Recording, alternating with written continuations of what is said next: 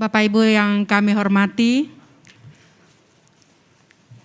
sore hari ini kita akan mendengarkan paparan dari 3 narasumber.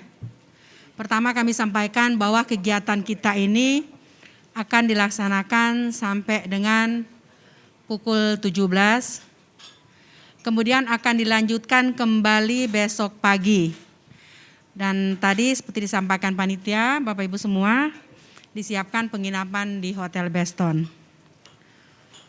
Izinkan kami menyampaikan sebuah pantun. Kue manis di atas talam, talam indah hadiah ratu. Izinkan kami mengucapkan salam. Assalamualaikum warahmatullahi wabarakatuh.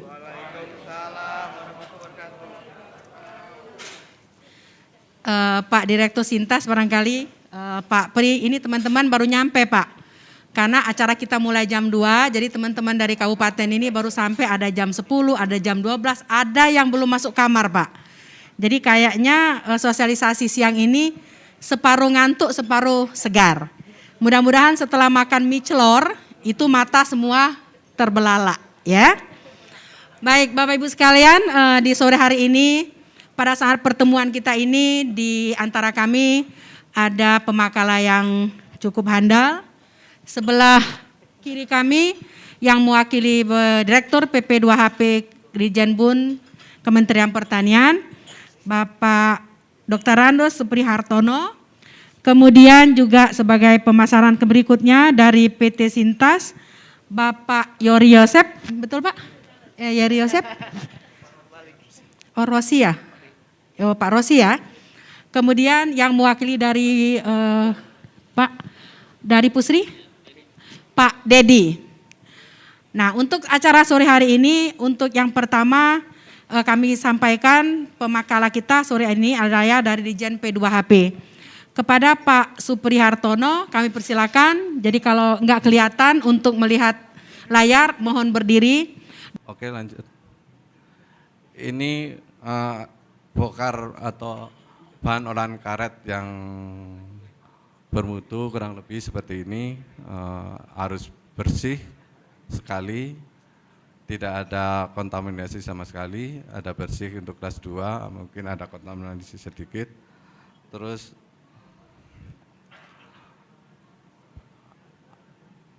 harus memenuhi syarat bahan pengumpalnya, pembekunya, harus menggunakan bahan pengumpal anjuran, itu ada yang di Permentan 38, ada asam semut, ada asap cair, ada spektan. Tentu nanti kita lihat bersama dari bahan-bahan ini yang paling bagus bahan apa, apakah asam semut, asap cair atau spektan.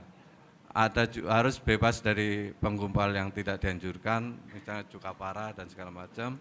Bebas dari penggumpal yang dilarang sama sekali, misalnya tawas, tadi sampaikan Pak Kadis, ada pupuk urea segala macam, yang kebiasaan kita masih dicampur, mungkin karena murah, sehingga itu gunakan pupuk urea.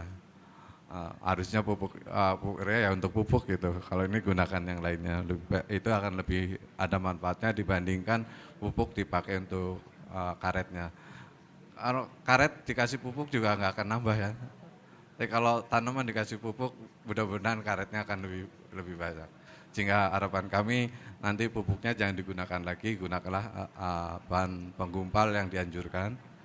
Terus harus memenuhi syarat kadar air. Ini tadi yang diminta Pak Kadis, harapan Pak Kadis tadi K3 kita mendekati 75%, sehingga harga karetnya akan lebih tinggi lagi. Lanjut. Ini permasalahan-permasalahan kita, tadi ada campuran-campuran, ada tatal, ampas kelapa, daun-daunan dan segala macam. Kalau pengalaman di Sumatera Selatan, mudah-mudahan di Sumatera Utara, kalau di Palembang mudah-mudahan enggak.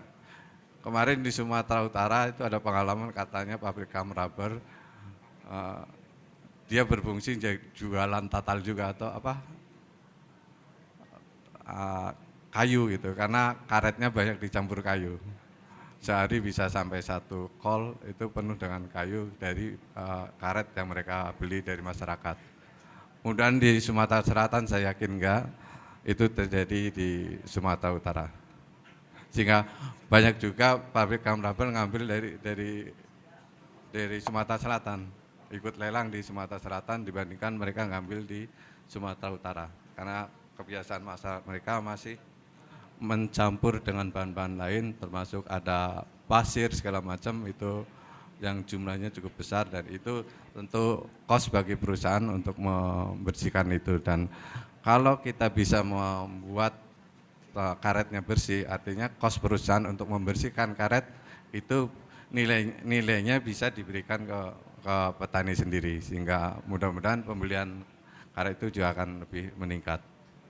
Ini kebiasaan kita, umur karet baru 2 atau 3 hari sudah dijual atau 1 minggu, sehingga K3-nya masih di bawah 70%. Menggunakan bahan penggumpal yang tidak dianjurkan, tadi ada cuka, tawas, pupuk, dan segala macam. Lanjut. Ini bokarsir standar Indonesia Rubber yang diperdagangkan di kita. Harus memenuhi teknis sebagai berikut, tidak mengandung kontaminan vulkanisir karet. Ini kebiasaan kita juga, keram rubber dicampur ada sendal segala macam, mungkin karet potongan karet bekas dicampurkan di situ sehingga timbangannya tambah berat. Ini tidak mengandung kontaminan berat. Tadi ada mungkin ada tatal, ada besi, kadang-kadang dicampuran juga ada pasir digabungkan di situ sehingga menambah berat. Ini tidak diperkenankan. Menggumpal secara alami atau dengan menggunakan bahan penggumpal anjuran. Kalau di permentan itu ada asam semut, asam cuka, dan bahan penggumpal lain yang direkomendasikan dari pusat penelitian karet. Sendal pun bisa. Membuat karpet dari karet pun bisa dilakukan oleh BPPB. Yang penting adalah sekali lagi tadi bahan karetnya harus bagus, dan kedua tentu alatnya harus disediakan. Kalau bentuk produknya itu tergantung cetakannya aja. Yang penting alat buat apanya Pak? Jadi buat konform ya. Komponnya itu yang harus disediakan, dan itu sampai hari ini alatnya masih impor. Masih impor ya Pak Rudi? Itu yang memang kemarin agak kesulitan Pak Rudi karena impor. Jadi tarik ulur antara Pak Rudi dengan pimpinan, kira-kira berani melakukan atau enggak, ujung-ujungnya enggak berani gitu. Tapi nanti mungkin ada Pak Yudi, kayaknya alatnya nanti mungkin ditaruh di pusat Pak pengadaannya, sehingga kami akan dropping alat itu ke sini. Tinggal mohon nanti dipersiapkan lebih baik lagi. Itu hilirisasi karet salah satu menurut kami salah satu hal yang akan kami coba ke depan. Kalau ini berhasil, saya kira nanti Sumatera bisa kita buat di Sumatera Selatan ini berapa titik untuk hilirisasi karet.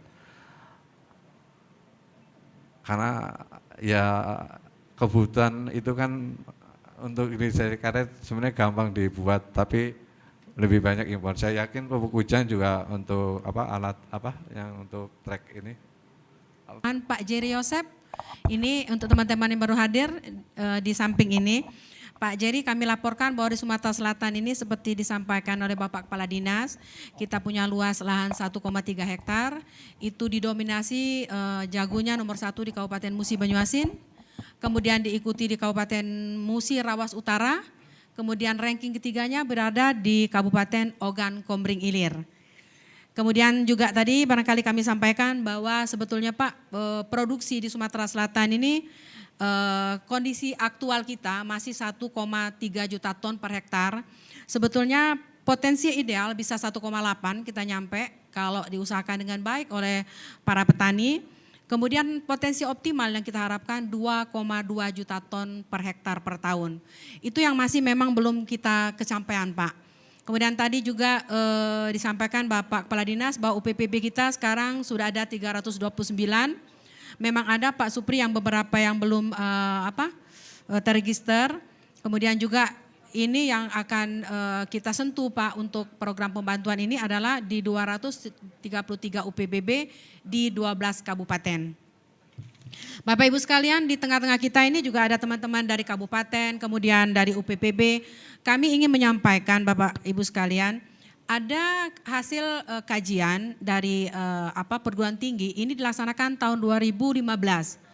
Sebetulnya nanti mungkin akan ada kajian berikutnya, tapi inilah kondisi karet di Sumatera Selatan. Kami ingin menyampaikan sedikit Bapak Ibu sekalian, dia membedakan antara petani tradisional dan petani yang sudah melaksanakan lelang atau kemitraan. Di sini tentu yang hadir yang sudah melakukan lelang melalui UPPB.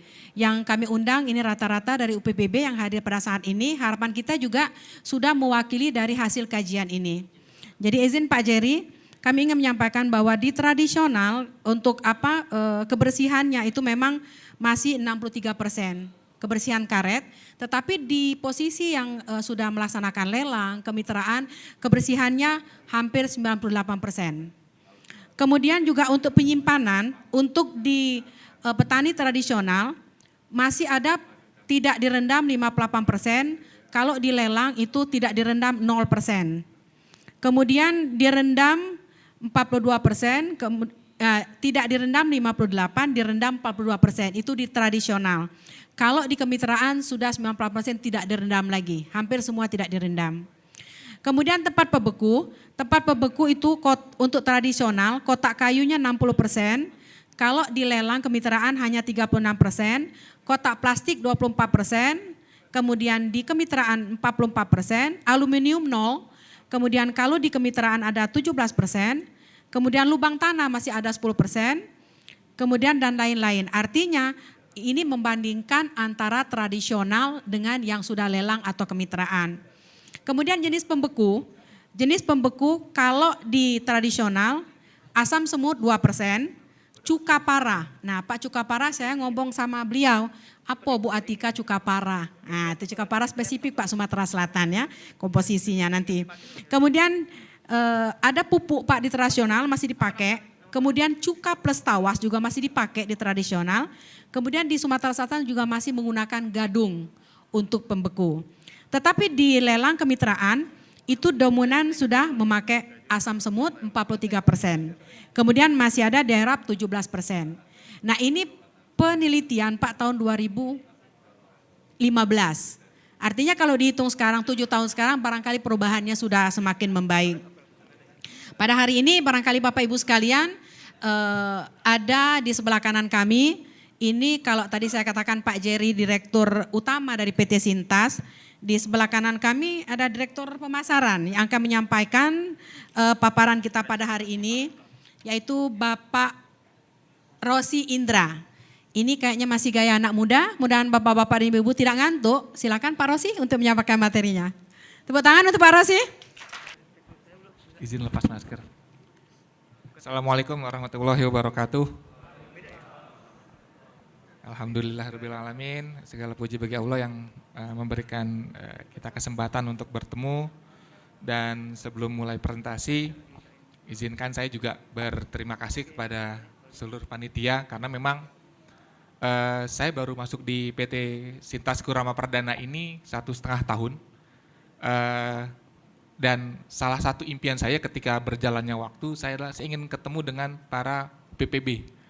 Alhamdulillah saya hanya berkunjung ke kota Palembang, ketemu dengan bapak-bapak semuanya dari UPPB. Saya mengucapkan terima kasih, saya diberikan kesempatan dan penghargaan yang luar biasa bertemu dengan bapak-bapak sekalian. Sebentar lagi kita akan tampilkan presentasi dan insya Allah tidak akan juga terlalu banyak. Sebelum mulai presentasi, saya ingin menganalogikan seperti tadi diskusi dengan Bu Atika.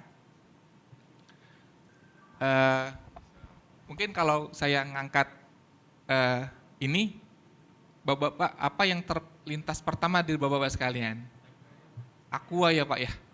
Aqua, padahal mereknya apa nih? Air minum dalam kemasan Alpha One gitu loh, dari Besten. Dan bahkan kalau kita merek yang lain pun kita bilangnya Fit gitu Pak. Kemudian apa pasta gigi yang ada yang terkenal se-Indonesia? Pepsodent. Mungkin orang-orang yang terdahulu bilangnya odol Pak ya. Saya kira odol itu adalah pasta gigi, ternyata odol adalah merek odol gitu ya, saya juga baru tahu. Kemudian yang lainnya adalah tumbler atau tempat minum air panas, nyimpen air panas, namanya apa Pak? Termos, padahal mereknya bukan termos Pak. Ternyata termos itu adalah merek. Nah, coba ini kita lihat. Begitu kita bilang asam semut tadi. Asam semut itu adalah pembeku karet yang direkomendasikan oleh Kementerian Pertanian melalui Peraturan Menteri Pertanian nomor 38 ya Pak ya. Dan disebut juga di SNI bahan olahan karet. Sudah bisa Pak? Iya. Oke. Next. Bapak-bapak yang memiliki smartphone, kalau kita ketik di Google tentang asam semut adalah senyawa asam karboksilat yang paling sederhana. Jadi dia asam organik yang paling sederhana karena hanya punya C1 dan H1 itu bahasa kimianya lah. Disebut juga atau sering disebut asam formiat atau asam format. Nah, saya coba iseng Pak, ketik lagi di Google, next Pak, asam formiat. Ini Google Pak, dan kebetulan PT Sintas Kurama Perdana tidak punya kerjasama dengan Google. Nah, muncullah asam formiat atau asam format adalah asam karboksilat yang paling sederhana. Asam formiat secara alami antara yang terdapat pada sengat lebah dan semut. Jadi memang semut itu bahasa latinnya kalau nggak salah itu formica. Jadi di map-map ini jadi asam format. Nah, Pak, Bapak-bapak dan Ibu sekalian, itu muncul satu gambar Pak, tulisannya Sintas 90 itu mirip sekali dengan yang di samping kanan Bapak, samping kanan saya. Saya coba ketik lagi asam nama perusahaan kami yaitu PT Sintas Kurama Perdana. Sintas Kurama Perdana adalah merupakan satu-satunya pabrik yang memproduksi asam formiat atau formic acid di Indonesia. Dan ternyata bukan hanya di Indonesia, tapi se-Asia Tenggara. Kita satu-satunya pabrik asam formiat di Asia Tenggara. Bilang asam formiat atau asam semut, suatu hari Pak, UPPB atau ada beberapa petani karet itu membuat grup di Facebook. Itu grup petani karet apa gitu. Saya salah satu juga ikut di situ. Pernah satu hari mereka tuh live di Facebook gitu, sedang menyadap. Saya tanya, saya ketik waktu itu menggunakan pembekunya apa? Asam semut. Merek apa? Merek obor. Perasaan kami nggak gunain merek obor Pak. Gitu. Atau merek apa gitu, tapi bilangnya, jadi gini, itu sama aja bahwa ketika saya butuh aqua gitu, yang diberikannya Fit, Ades atau merek lainnya gitu Pak. Nah ini bahwa saya juga menjelaskan di sini bahwa kami adalah satu-satunya pabrik asam formiat di Indonesia bahkan di Asia Tenggara. Dan tetangga kita Malaysia saat ini itu sangat tergantung. Oh ya, saya jelaskan sedikit kondisi asam formiat di Asia, terutama di Asia deh. Produsen terbesar asam formiat itu ada di negara China. Saat ini istilahnya keseimbangan antara supply dan demand, permintaan dan penawaran atau supply-nya dari China itu lagi kacau.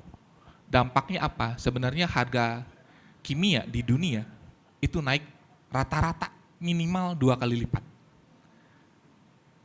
Kalau ada barang, mau harga berapapun kita butuh, ibaratnya kalau kita butuh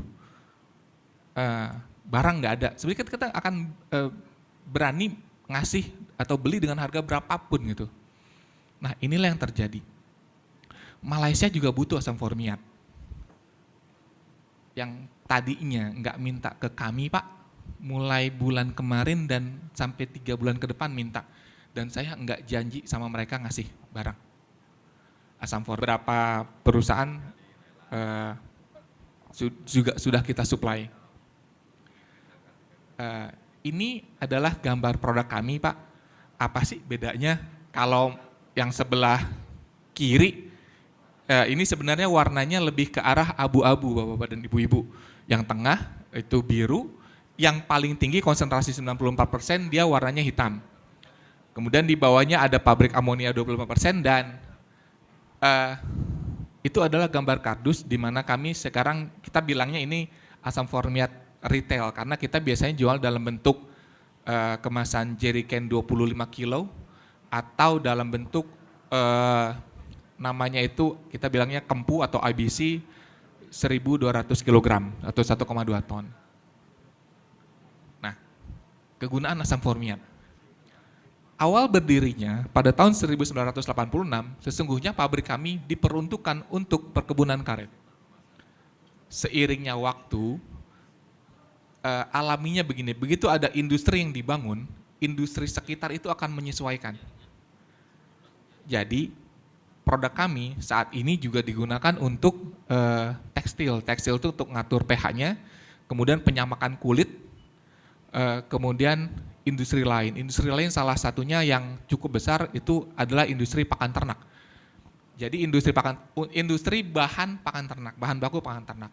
Ada satu industri di daerah Sidoarjo, Jawa Timur, mereka mengkonversi, mengganti kebutuhan protein yang selama ini disuplai oleh kedelai menjadi limbah ikan, kepala udang, kepala ikan apapun, ikan busuk segala macam, kemudian dikasih asam formiat, mereka jadi pasta.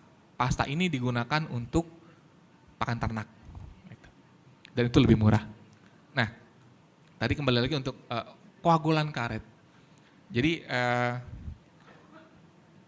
tadi sudah dijelaskan oleh Pak Pri, Pak Kadis, saya awalnya bingung, saya mau menyampaikan apa. Mungkin nanti saya sedikit coba saya sampaikan hasil penelitian deh kalau kami nyampaikan takutnya, Bapak mah kan tukang dagang. Iya, memang benar saya tukang dagang. Tapi coba saya sampaikan tentang penelitian saja Pak. Jadi asam organik untuk pembeku karet, koagulan karet itu ada salah duanya itu adalah asam formiat dan asam asetat, asetik asid atau cuka. Makanya tadi diskusi dengan Bu Tika, jangan-jangan ini cuka parah dari ini nih, dari cuka asam asetat gitu loh. Kemudian kok saya agak-agak curiga, jangan-jangan yang dia menggunakan asam anorganik atau asam mineral, yaitu asam sulfat. Kenapa saya agak curiga? Karena memang ketika saya pernah berkunjung ke daerah Lampung, itu banyak sekali petani menggunakan pembeku karet berbahan dasar atau langsung bahannya yaitu asam sulfat. Ini agak ngeri Pak, asam sulfat.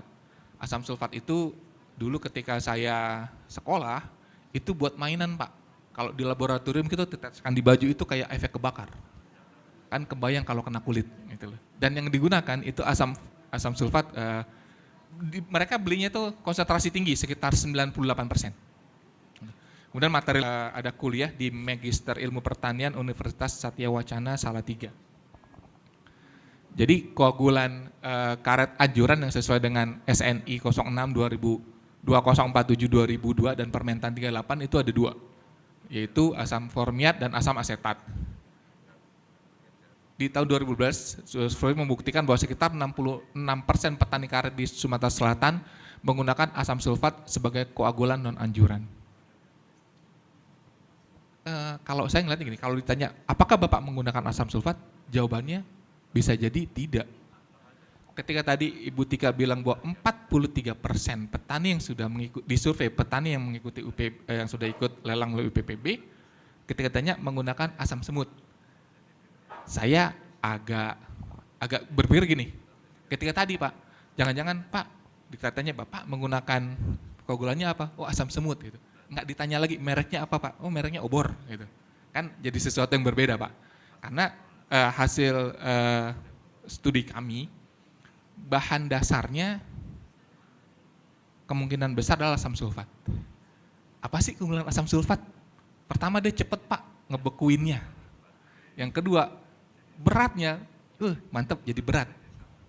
Kenapa jadi lebih berat? Kalau saya ngambil air, misalkan Pak ini air isinya 600 mg. Kalau ini isinya asam formiat, kita timbang yang 600 ml ini jadi 720 gram. Artinya setiap berat jenisnya 1,2 lah. Ibaratnya kalau ada air seliter, ditimbang kan sebenarnya 1 kilo. Kalau asam formiat 1 liter kalau ditimbang itu 1,2 kilo. Asam sulfat, 1 liter asam sulfat kalau ditimbang 1,8 kilogram. Itu. Jadi sebenarnya dia lebih berat karena itunya Pak, berat jenisnya. Nah, ini asam sulfat termasuk koagulan lateks non-anjuran. Hal ini karena kan merupakan asam kuat yang bersifat korosif yang berpotensi memicu terjadinya kerusakan pada peralatan pengolahan karet. Saya masuk ruangan, saya juga coba cari apa sih isu utama dari penggumpal karet, dan saya juga setuju dengan Bu Tika, Pak Rosi, yang namanya asam formiat, sintas, itu nggak ada Pak di sana Pak, di tingkat bawah. Oh iya, kita mengakui itu, kami mulai coba istilahnya akan memperbaiki jalur distribusi. Karena memang saya sudah mulai evaluasi distributor-distributor yang ada sejauh ini yang memegang segmen-segmen tertentu. Misalkan kita membagi distributor itu ada yang segmen karet, segmen tekstil, segmen kulit, segmen lainnya. Itu di segmen karet memang kita akui kita belum optimal, sehingga ketersediaan produk di tingkat petani karet itu masih memang sangat-sangat kurang. Mungkin Pak itu yang bisa saya sampaikan. Terima kasih atas kesempatannya. Assalamualaikum warahmatullahi wabarakatuh.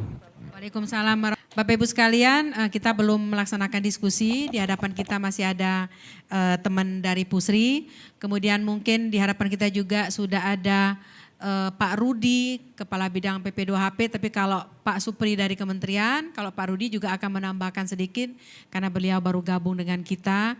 Kemudian ada staf khusus kami juga, Pak Depi di sini dari Dinas Perkebunan Provinsi Sumatera Selatan. Saat ini kami berikan waktu untuk Pak Beni, merupakan Direktur Pemasaran, Pak, betul? Ya, Direktur Pemasaran. Direktorat Pemasaran Pusri Palembang. Silakan Pak Beni, tepuk tangan untuk Pak Beni. Warahmatullahi wabarakatuh. Yang saya hormati Pak Direktur Pengolahan Pemasaran Perkebunan, Bapak ini dari Sintas, Direktur dari Sintas, dan Bapak-Bapak Ibu semua. Perkenalkan, saya Beni dari PT Pupuk Sriwijaya yang bertugas untuk menyampaikan informasi Pak terhadap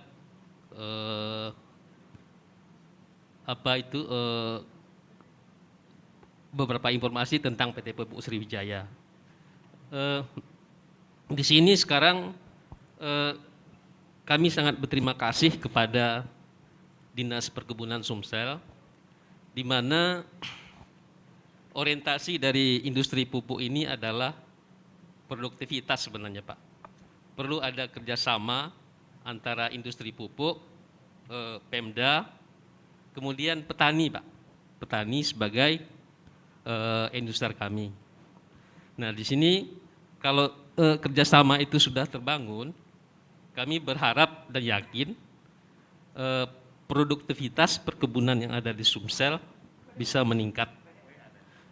Karena PT Pusri yang merupakan BUMN dengan PT Sintas ini, itu satu sebenarnya ada anak dan cucu ya Pak ya, satu grup di bawah PT Pupuk Indonesia. Perlu kami sampaikan informasi bahwa sekarang kebun-kebun bapak-bapak, ibu-ibu, kami ada fasilitas mobil uji tanah. Mobil uji tanah gratis Pak. Nanti kalau ada kebutuhan terhadap menganalisa tanah bapak-bapak, terutama di perkebunan karet, mungkin ya cara pemupukan selama ini tidak sesuai dengan kondisi tanahnya lagi gitu loh. Nah nanti kami bisa mengontak kita Pak untuk melakukan analisa tanah perkebunan karet bapak-bapak ibu-ibu. Di kawasan dari perkebunan bapak-bapak ibu-ibu, kami bisa membantu untuk ada program makmur itu mencarikan pendanaan, kemudian off-takernya, kemudian asuransinya, kemudian kawalan teknologinya Pak. Bisa nanti masuk ke dalam program makmur yang dibangun oleh PT Pupuk Indonesia. Jadi bisa dikontak Pak, nomor HP saya 0812, bisa dicatat 78 343 09 0812 78 343 09. Nah, pada sesi Saya Ovan dari PT Pupuk Sriwijaya dan hari ini berkesempatan bersama Pak Beni Farlu dari Koordinator Marketing Support Region Sumatera Bagian Selatan dari PT Pupuk Indonesia. Dan hari ini sangat senang sekali kita diundang kembali dari Dinas Perkebunan dari Bapak Agus. Tadi kita juga pernah ini ya Pak ya, kita juga bekerja sama dalam hal ini kemarin dalam acara Sambung Sejuta Pucuk Kopi di Kota Pagar Alam. Jadi dengan Dinas Perkebunan ini sudah merupakan simbiosis mutualisme yang sudah sering kita lakukan dan kami mengucapkan terima kasih banyak. Dan sekarang Ovan di sini dari Marketing Support Region Subaksel dari PT Pupuk Indonesia, yaitu yang diwakili dari PT Pupuk Sriwijaya. Tadi ada juga dari Sintas dari yang merupakan cucu ya Mas ya. Berarti kita sudah saudara nih Mas. Karena sama-sama di bawah naungan PT Pupuk Indonesia. Nah, di sini kita ingin menyampaikan bahwasanya di program PT Pupuk Sriwijaya dan Pupuk Indonesia itu ada yang namanya program dari marketing support, yaitu Demplot Pak, Demplot program sosialisasi, publikasi, sponsorship juga ada. Nah di sini nanti program-program yang kita berikan, yaitu memberikan sosialisasi tentang produk, tentang keuntungan yang nanti akan disampaikan kepada end user petani. Di sini petani apa pengusaha semua Pak? Kayaknya petani karet, sepertinya pengusaha Pak, pengusaha juga ya Pak ya. Seperti Pak Agus bilang tadi, kalau nggak ada listrik beli kulkasnya jadiin rak buku gitu ya Pak, bener nggak Pak? Nah nanti di sini dari program yang kita lakukan itu ada program demonstrasi plot. Nah nanti di PT Pusri sendiri ada kawalan teknologi nanti yang akan mendampingi end user yaitu petani. Dalam hal ini ada perlakuan khusus seperti petani, nanti ada petani yang menggunakan pemupukan yang seperti biasa. Nah nanti ada yang kawalan teknologi dari Pupuk Sriwijaya yang akan mendampingi. Nah nanti pada saat demonstrasi plot itu Bapak petani, calon petani dan calon lahan itu menyiapkan lahan sekitar 1 hektar dan setengah hektarnya itu perlakuan khusus dari kawalan teknologi PT Pupuk Sriwijaya. Nah nanti setengah hektarnya nanti perlakuan petani yang seperti biasanya. Nah nanti pada saat pendampingan seperti itu nanti ada kelihatan perbedaan antara demonstrasi plot yang kita laksanakan dari kawalan teknologi Pupuk Sriwijaya itu dengan menyediakan mobil uji tanah. Nah nanti uji tanah-tanah Bapak sekalian yang mengajukan dari dinas atau mungkin dari Gapoktan akan diajukan ke Pupuk Sriwijaya. Nah itu akan kita laksanakan uji tanah. Jadi mengukur tingkat keasaman dari tanah Bapak Ibu sekalian. Nah, nanti bisa di situ direkomendasikan dari kawalan teknologi dan riset dari PT Pupuk Sriwijaya untuk memberikan rekomendasi pemupukan yang tepat sehingga pemupukan Bapak nanti tidak sia-sia seperti itu. Karena selama ini pakai pupuk apa Pak? Pupuk urea ya Pak ya? Nah urea ya Pak ya. Nah di sini kalau selain pupuk urea kemarin apa lagi Pak yang Bapak tahu tentang produk Pusri? Nggak ada lagi ya Pak ya? Gimana Pak? Ada Pak?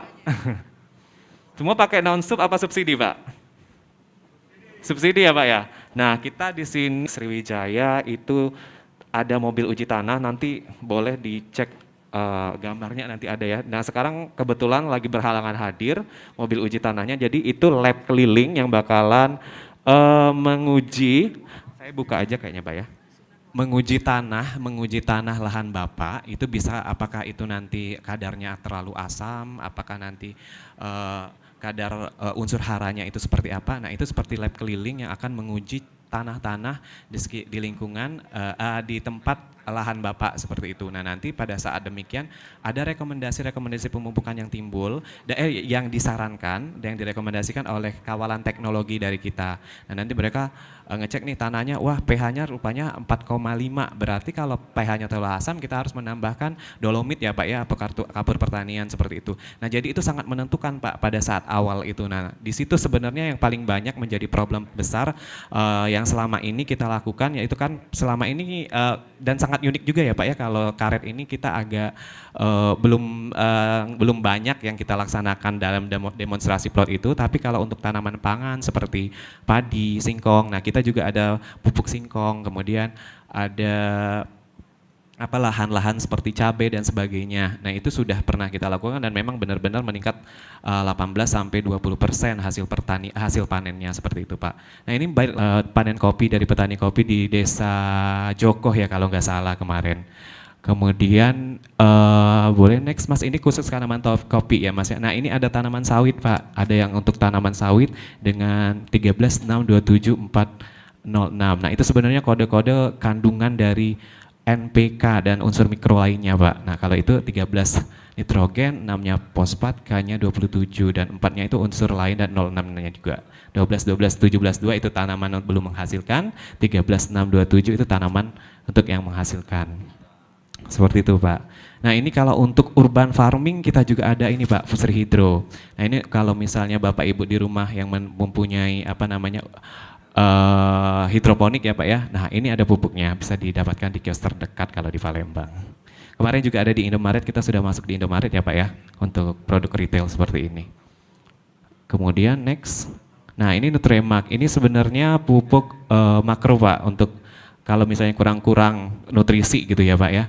Nah ini kalau misalnya kita lagi program sosialisasi ya Pak ke desa, kemana ya, ke desa-desa atau ke kebun-kebun, itu kita selalu rekomendasikan untuk penambahan pupuk seperti ini pada saat demonstrasi plot atau pengujian di lahan Bapak itu. Nah nanti pada saat 3 bulan atau pada masa panen itu bisa dilihat benar-benar hasil yang didapat seperti itu. Tentang permodalan mungkin ada di Pusri itu ada program namanya Makmur Pak. Program Makmur itu nanti ada bank sebagai pemberi dana bantuan, kemudian ada asuransi sebagai penjamin bahwasanya hasil panen Bapak Ibu ini ya terjamin seperti itu, dan ada off taker yang akan mengambil hasil panen Bapak seperti itu Pak. Nah jadi yang penting tapi Bapak Ibu petani yang sekalian itu harus lolos BI checking ya Pak ya.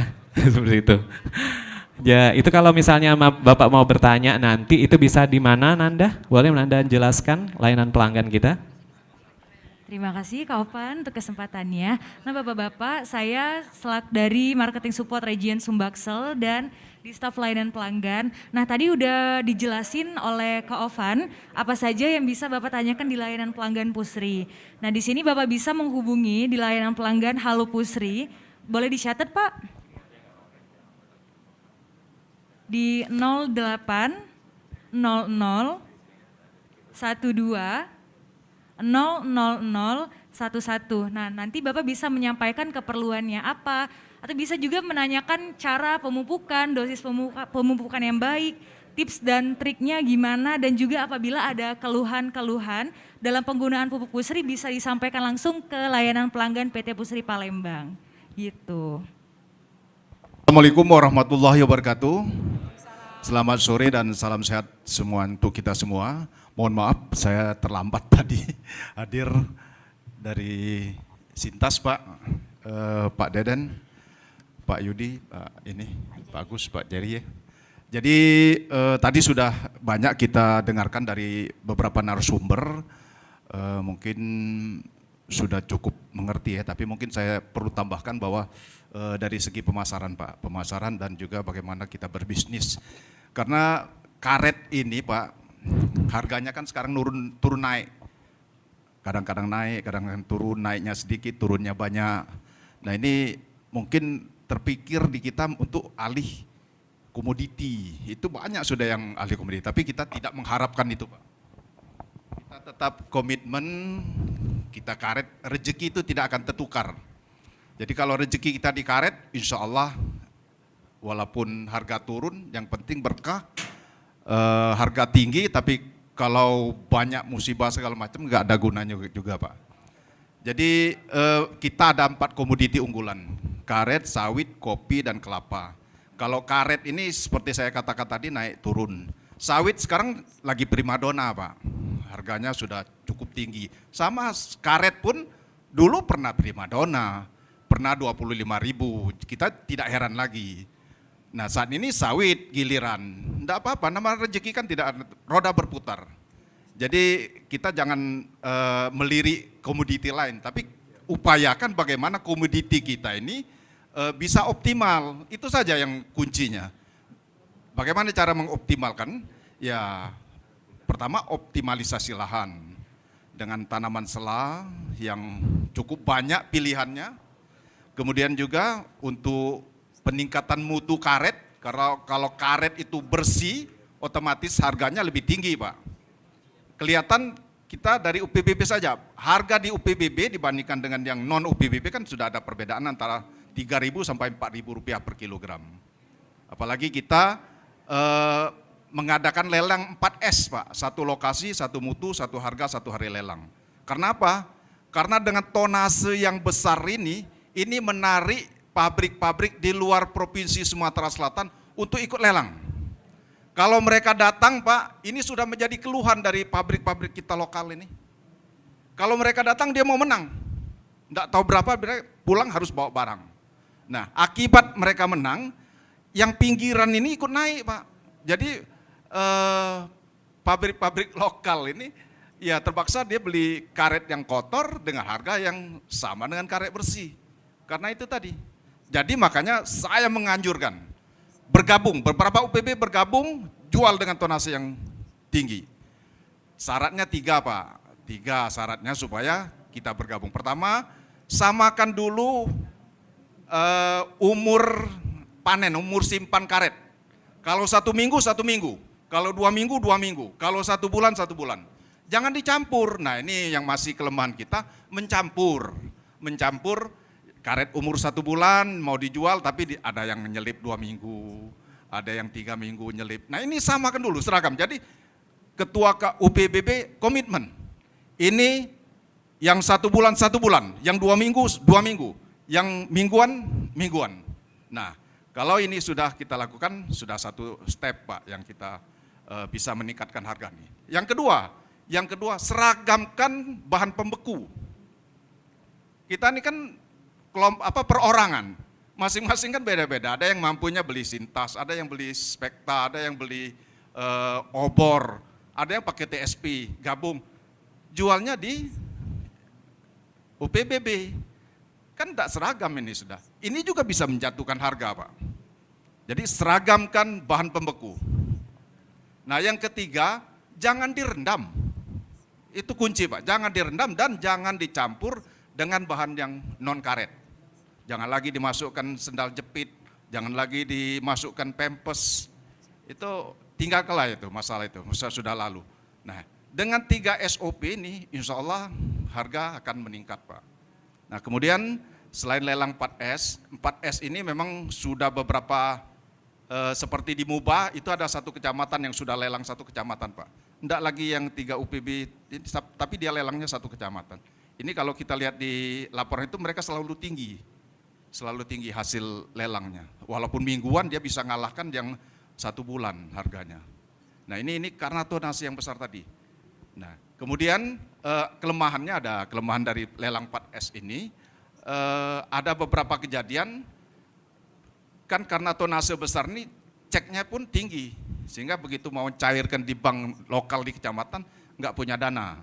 Tapi itu sudah kita atasi dengan suruh UPB itu nelpon dulu 2 hari sebelumnya, bahwa kami akan narik dana sekian, sehingga perbankan menyiapkan dana tersebut di kecamatan. Kemudian yang kedua kendalanya, ada beberapa kejadian di UPBB yang dilarikan uangnya. Jadi sudah diambil barangnya karena sering menang, percaya, dibawa dulu, enggak ngulang lagi. 600 juta hilang. Nah ini, kita untuk mengatasi itu kita ada inovasi baru, kemitraan khusus, Pak. Kalau di Musirawas dan Lubuk Linggau, itu di rombongan Pak Sugeng, itu kemitraan sudah lama berjalan. Mereka tidak mengenal lelang, Pak. Musirawas, Lubuk Linggau tidak mengenal lelang. Mereka rata-rata kemitraan. Kemitraan ini ada kelemahan. Dibawa ke pabrik yang menentukan K3. Artinya petani pasrah. Berapa K3 yang ditentukan pabrik, itu yang harus diterima oleh petani. Kemudian transport dan susut ditanggung oleh petani. Nah, dalam kemitraan khusus ini dibalik, Pak. Dibalik, pabrik mengambil ke UPBB. Jadi kita tidak perlu lelang lagi. Kita sepakati berapa K3-nya, sanggup berapa. Kita kan bisa ngitung, Pak, bisa ngitung sendiri berapa K3 rata-rata di UPBB kita. Kan setiap hari ada diumumkan harga karet. Nah, berapa waktu hari itu dibeli, kita bisa menghitung. Jadi harga kita terima dibagi harga pengumuman dikalikan 100%. Itulah K3 yang kita terima. Kita buat ring. Kalau mingguan tuh dalam 1 bulan tuh berapa kira-kira 4 kali lelang itu K3-nya berapa. Kita tentukan misalnya antara rata-rata 65 sampai 68 rata-rata. Sepakati 68. Jadi tidak perlu lelang lagi, Pak. Karena apa? Karena ada kelemahan di yang harga yang kita umumkan naik, begitu dibawa pabrik turun, kata pedagangnya turun. Nah, jadi yang mana yang benar? Pak, kalau mau beli mahal jualah dengan ini yang umumkan katanya. Itu sudah muncul di dari cerita-cerita petani-petani karet. Sama lihatlah di TV, Pak, berjualan di TV katanya. Nah, ini makanya untuk menghindari itu kita adakan kemitraan khusus, Pak. Assalamualaikum warahmatullahi wabarakatuh. Waalaikumsalam. Nama saya M. Soldan, Ketua UPPB Maju Tani Rambang Kuang, Ogan Ilir. Di sini yang ingin kami tanyakan masalah satu, yang pertama masalah Sinta. Ya, kami khusus di Rambang Kuang untuk pembeku karet itu adalah cuka parah tadi, cuka obor peribasonya. Karena apa, Pak, kami pakai cuka obor dengan tawas? Karena yang namanya pembeku yang lain itu tidak ada jualannya, Pak. Jadi di toko-toko itu yang ada jualan pembeku itu cuman cuka sama tawas. Itulah yang ada, Pak. Kalau kita mau cari yang Sinta segala macam itu nggak dapat, Pak. Nggak bisa kita bekukan karet. Itu. Nah, yang kedua masalah apa tadi 4S. Kalau di kami itu udah kami coba, Pak. Tanya Pak Rodi kan. Udah berapa kali saya ikut pertemuan ini mau 4S ini. Karena di Kecamatan Rambang Kuang itu nggak bisanya gini, Pak. Karena satu desa lain kualitas getahnya. Desa itu lain. Desa satu lagi lain kualitas karetnya itu. Jadi karena manusianya kepala sama hitam, Bu. Jadi kepalanya sama hitam. Kalau bikin getahnya lain-lain. Jadi kalau dibikinkan satu harga satu kecamatan itu, alangkah enaknya yang bikin getah kotor. Di situ kesulitan kami, Pak Rudi. Itu udah kami coba itu. Berapa kali kami dulu sama Pak Asnadi itu. Enggak tembus-tembus. Karena itulah kelainan kualitas getah, Bu. Kualitas getah itu enggak sama di situ. Ya. Itu aja, Pak, yang ingin kami pertanyakan. Terima kasih, Assalamualaikum Pak Solegan. warahmatullahi Waalaikumsalam. wabarakatuh. Di baris sebelah sini silakan satu yang mewakili, silakan, Pak. Assalamualaikum warahmatullahi wabarakatuh. Saya dari Kota Lubuk Linggau, BPB dari Kota Lubuk Linggau, Bu ya. Nama, Pak? Nama Haji Sorowitono. Kami juga beli karet. Yang jelas mengenai obat pembeku itu tidak ada permasalahan. Yang penting getahnya jangan ditaruh di lebung. Getah kering. Jangan taruh di air. Karena kami bawa ke Kirana. Harganya kalau yang mingguan tuh mencapai kemarin 11 kami mingguan. Tapi jangan di lebung. Nah, setelah kami telaah kepada Bapak-Bapak mengenai produk terus, Pak ya. Sekarang kita tidak mengiklan karet yang kena penyakit. Nah, ini dari saya kena karet saya tuh banyak kena penyakit, yaitu jamur upas yang belum ada penanggulannya hingga sekarang. Jadi kami mohon kepada Bapak-Bapak sebagai moderator, tolong dipikirkan penyakit karet kita itu supaya penghasilan kita tuh tidak mengkurang. Karena petani sudah banyak menjerit karena karet kita kena jamur upas. Nah, gimana untuk menanggulangi penyakit jamur upas itu? Terima kasih atas perhatiannya.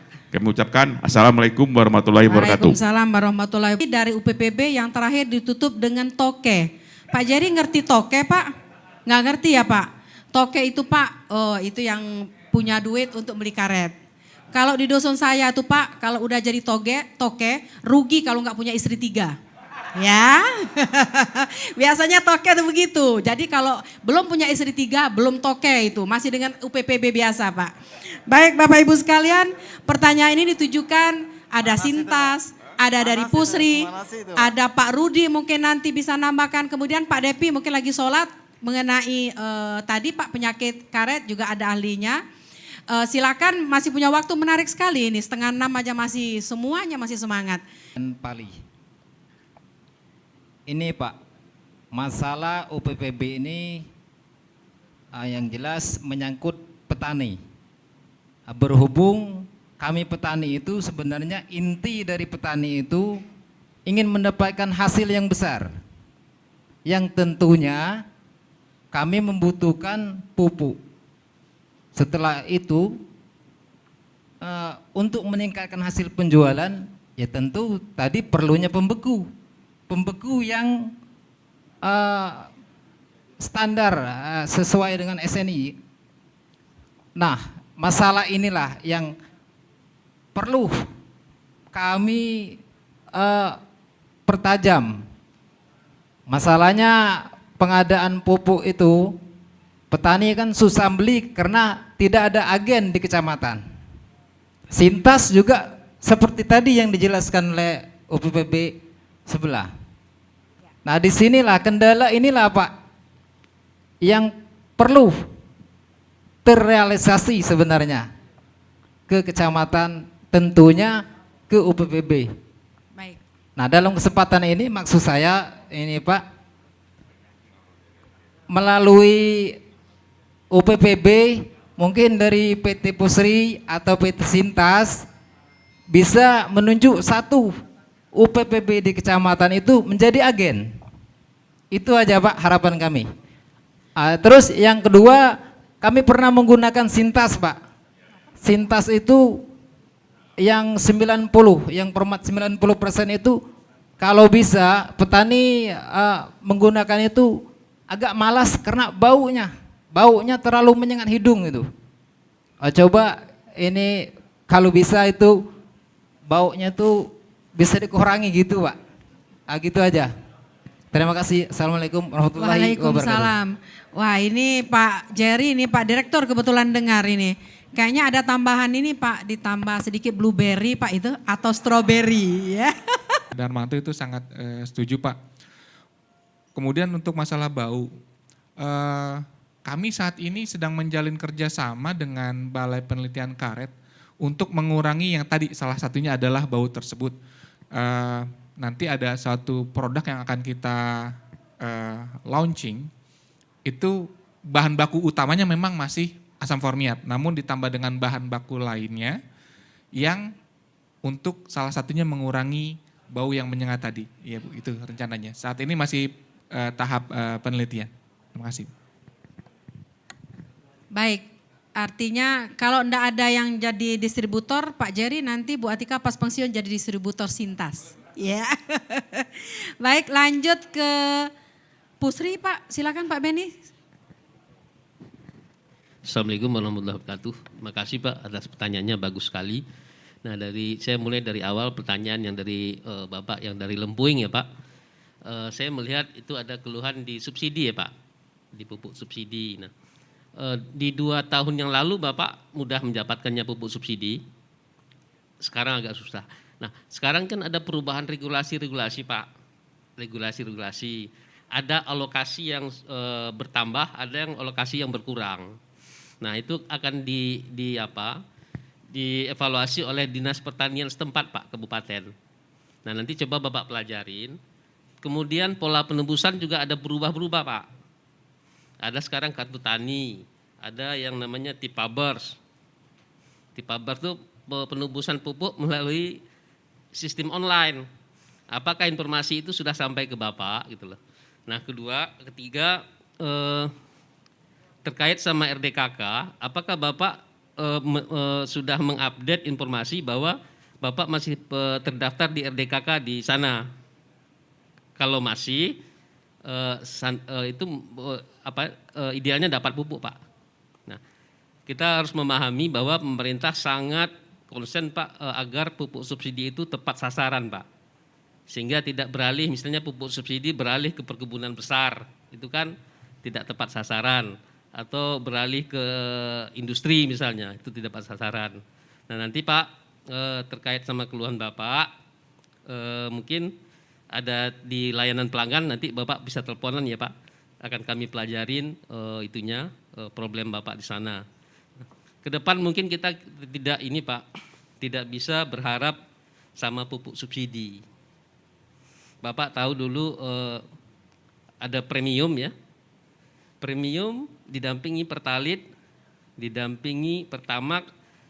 Baik, terima kasih sudah terjawab semua. Pak Rudi 1 menit Pak. Sebelum mengunci 1 menit saja Pak Rudi ya. Pertama misalnya dalam satu desa itu ada 4 kelompok. Dari 4 kelompok ini, 4 UPBB ini, lihat UPBB yang mana yang lebih tinggi sering menang lelang. Nah, yang lain nginduk ke UPBB ini dengan sortir. Jadi yang ini tinggalkan Pak Soldan. Jadi UPBB yang mahal itu yang kita dropping terus dengan karetnya ditambahi, lama-lama kan banyak dia. Itu satu. Yang kedua ya kemitraan khusus bisa Pak nanti. Kemitraan khusus, besok kita bahas kemitraan khusus ini. Kemudian yang masalah penyakit jamur upas tadi, kita kan kalau sakit Pak larinya ke puskesmas Pak. Nah kalau tanaman sakit nggak mungkin dibawa ke puskesmas kan Pak. Tapi ada petugas pengamat hama kita yang datang.